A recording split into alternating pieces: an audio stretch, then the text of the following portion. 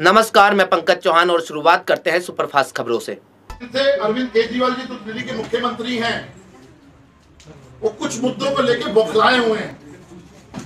वो क्यों बौखलाए हुए हैं, इस बात का आज खुलासा हमारे भाई पूर्व अध्यक्ष दिल्ली प्रदेश और सांसद मनोज तिवारी जी अभी करने वाले हैं। मेरे साथ मेरी साथी प्रवक्ता पूजा जी मौजूद हैं, मेरे साथी मेरे मित्र नीलकांत बख्शी जी मौजूद हैं, हरिहर जी मेरे साथ हैं, शुभेंदु जी हमारे साथ हैं। अब मैं निवेदन करूंगा भाई मनोज तिवारी जी से, आप सबको संबोधित करें और बताएं कि अरविंद केजरीवाल जी के बौखलाहट का कारण क्या है। भाई मनोज जी। धन्यवाद हरीश जी, धन्यवाद हमारे सभी साथी मंचासीन। और आज दिल्ली की विद्वान मीडिया और इसके मार्फत दिल्ली को कुछ बातें बताने के लिए हम बैठे हैं। आपको अभी थोड़े ही दिन पहले 15 अगस्त की सुबह जब तिरंगा फहराया जा रहा था 76वीं बार,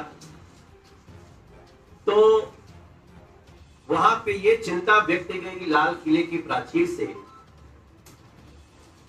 कि देश की दो बड़ी चुनौतियां, एक भाई भतीजावाद और एक दूसरी जो सबसे बड़ी चुनौती माना गया लाल किले की प्राचीर से, भ्रष्टाचार। भ्रष्टाचार पे थोड़ी सी और भी बातें हुई, नाम किसी का नहीं लिया गया।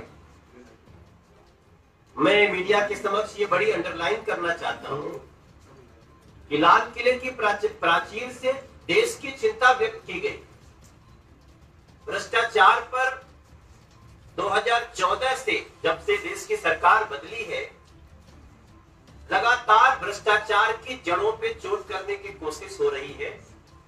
और उसी का एक सोपान है जहां पर देश के प्रधानमंत्री जी देश के लोगों को इस मुद्दे पे और भी ज्यादा जगाना चाहते हैं, ताकि भ्रष्टाचार रूपी राक्षस को जड़ से खत्म किया जा सके।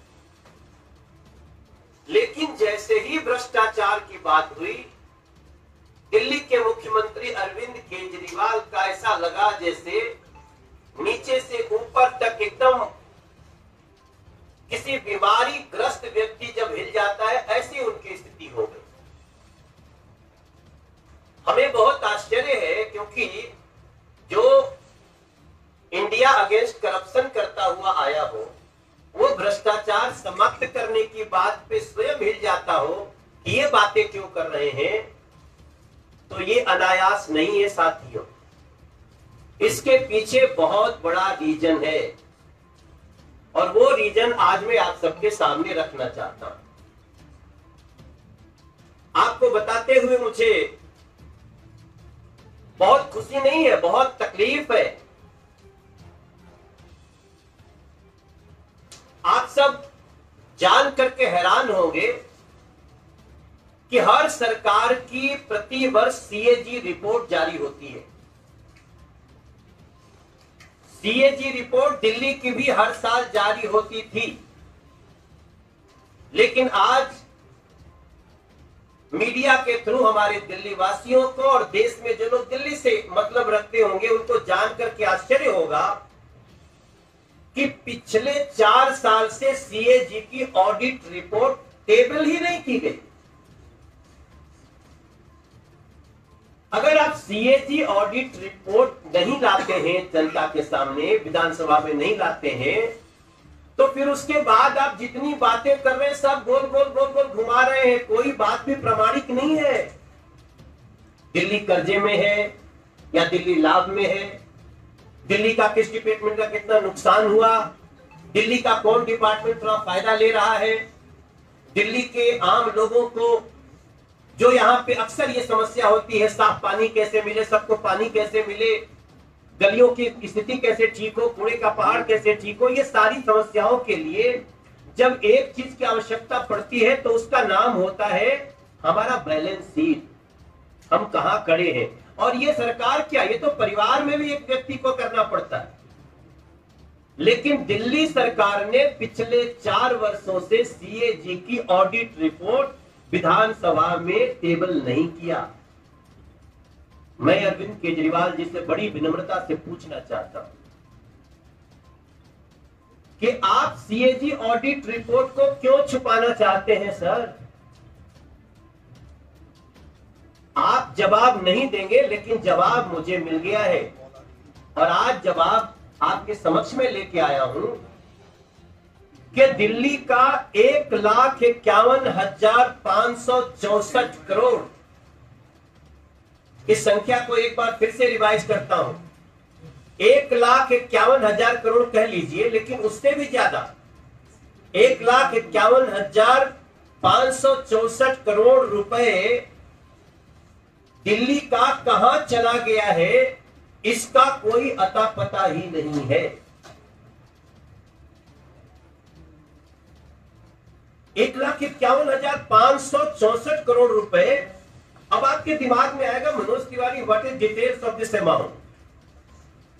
यस, अब मैं आपको डिटेल्स बताता हूं, और ये जो भी बात मैं कह रहा हूं आपसे, ये सब हमारे पास आरटीआई के आधार पे है। हम कुछ भी बात हवा में नहीं कहना चाहते। अभी कुछ दिन पहले हम किसी चैनल पे बहस में थे, तो उनके प्रवक्ता, उनके तरफ से जो बैठे थे संजय सिंह जी, वो जब जब बात हो दिल्ली से, वो दुनिया भर में घूम आते हैं, दिल्ली के मुद्दे पे बात नहीं करते। अब जब मैं जानकारी लेता हूं तो क्या निकलता है कि हमारे दिल्ली की डीटीसी, दिल्ली ट्रांसपोर्ट कॉरपोरेशन, जो 2013 के पहले, 2013 के 1-2 साल में वो 0-0 पे हुआ करती थी, लेकिन उससे पहले वो अच्छे मुनाफे में चलती थी दिल्ली ट्रांसपोर्ट कॉरपोरेशन। सभी को अपनी सुविधा होती थी, लेकिन जैसे ही आज डीटीसी की स्थिति क्या हुई, इनके अंतर्गत 38,753 करोड़ का नुकसान इन्होंने 2019 तक दिखा दिया। 2019 तक इन्होंने डीटीसी में 38,753 करोड़ रुपए का नुकसान दिखा दिया, लेकिन बैलेंस शीट नहीं दिया, बस बोल दिया नुकसान हो गया। नुकसान कहां हुआ है? कौन सी बस लाए हैं 3 करोड़ की दिल्ली में? क्या आप 3500 बसों से लोगों को बस में बिठा सकते हैं? महिलाओं को बस में बिठाएंगे फ्री, बड़ा अच्छा है, मैं स्वागत करता हूं, लेकिन क्या 3 करोड़ लोगों के शहर में 3500 बसों से कोई चल सकता है? जिस दिन कोई त्योहार होता है, बस स्टॉप पे मारा मारी और मीडिया में खबरें भी आती है, लेकिन 38,753 करोड़ ये 2019 तक का है, और 5,280 करोड़ का नुकसान मार्च 2020 तक ऑन रिकॉर्ड है, और 2021 और 22 का अभी इसमें नुकसान जुड़ना है। मैं उसकी बात अभी नहीं कर रहा हूं जो 20 और 21 का नुकसान है, मैं तो सिर्फ कहता हूं कि 2020 तक 38,753 करोड़ और 5280 करोड़ का बैलेंस शीट क्या है? कैसे नुकसान हुआ अरविंद केजरीवाल जी, ये तो बता दो दिल्ली को। हम 8 साल के हुए, तो हम 8 साल में हर साल नरेंद्र मोदी जी ने भी देश को हिसाब दिया है, हमने भी अपने संसदीय क्षेत्र में दिया है। बैलेंस शीट का छुपाना ये स्पष्ट करता है कि आपने ये नुकसान निश्चित रूप से दिल्ली के लोगों की जमा पूंजी को कहीं ना कहीं आप इसको ले गए हैं। कहां ले गए हैं? You have to tell. दूसरा हमारा प्रश्न है, वो है दिल्ली जल बोर्ड की स्थिति को भी आप देख लीजिए। दिल्ली जल बोर्ड जो 2013 के पहले 600 करोड़ का फायदा देता था, आज दिल्ली जल बोर्ड के ऊपर जब हमने इसका आरटीआई निकाला है, तो आरटीआई कहती है कि 57,895 करोड़ का लोन है दिल्ली जल बोर्ड पे।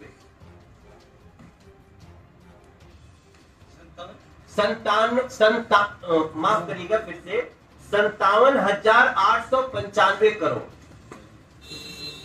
मतलब इसको लमसम 58,000 करोड़ हुआ।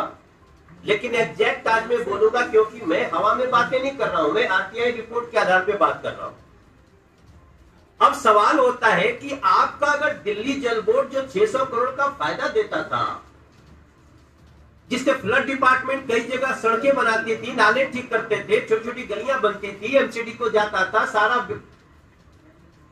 सारा डिस्ट्रीब्यूशन चलता था, अगर वो अचानक आपने कहा 57,895 करोड़ का लोन